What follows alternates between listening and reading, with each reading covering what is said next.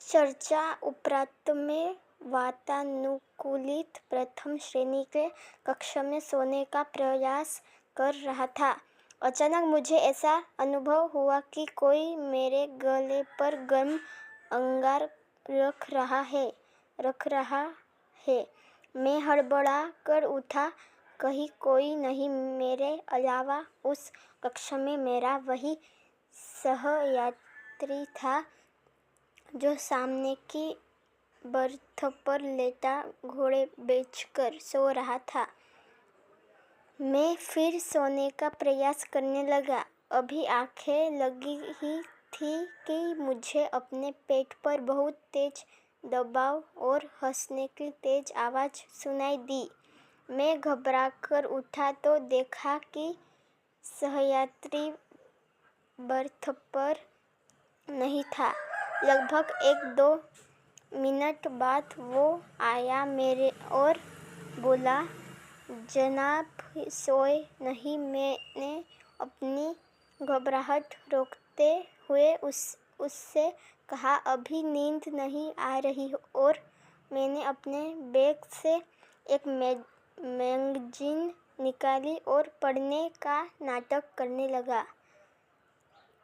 सहयात्री भी बर्थ पर लेट गया और कुछ देर में उसके खर्राटे केबिन में गूंजने लगे। मैं भी थोड़ा निश्चिंत हुआ और बर्थ पर आंख बंद कर लेट गया। ट्रेन कभी धीमी होती, कभी रफ्तार पकड़ लेती, लेकिन मेरे दिल ने अब तेज रफ्तार की पकड़ रखी थी।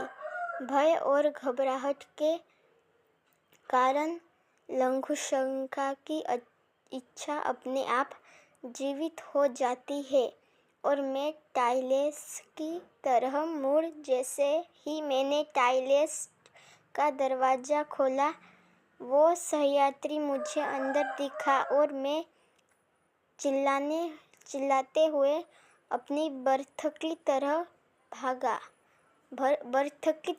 भागा। देखा तो वो सहयात्री इत्मीनान से अपनी बर्थ पर सो रहा है। मैंने घबराहट में उसे जगाया। वो बोला, अरे क्या हुआ? इतना मासूम लग रहा था वो, जैसे कुछ जानता ही ना हो। मैंने कहा, आप यहाँ भी और वहाँ टॉयलेट में भी? वो कुटिलता से हंसा और बोला, मैं कितने रूप में कहीं पर भी रह सकता हूँ। घबराहट के मारे मैं पसीने से तर-बतर बिल्कुल निर्जीव सा खड़ा उसके सामने। वो बोला, तुम्हें भूतों पर विश्वास था ना? तुम्हें तुम्हारे विश्वास का प्रमाण देना था। तुम्हारे जैसे लोगों के कारण ही हम भूत पिशाच लोगों का अस्तित्व है। इतना कहकर वो मेरी आंखों से सामने अचानक गायब हो गया। मैं डर के मारे अवाक और निर्जीव सा अपनी बर्थ पर बैठा था।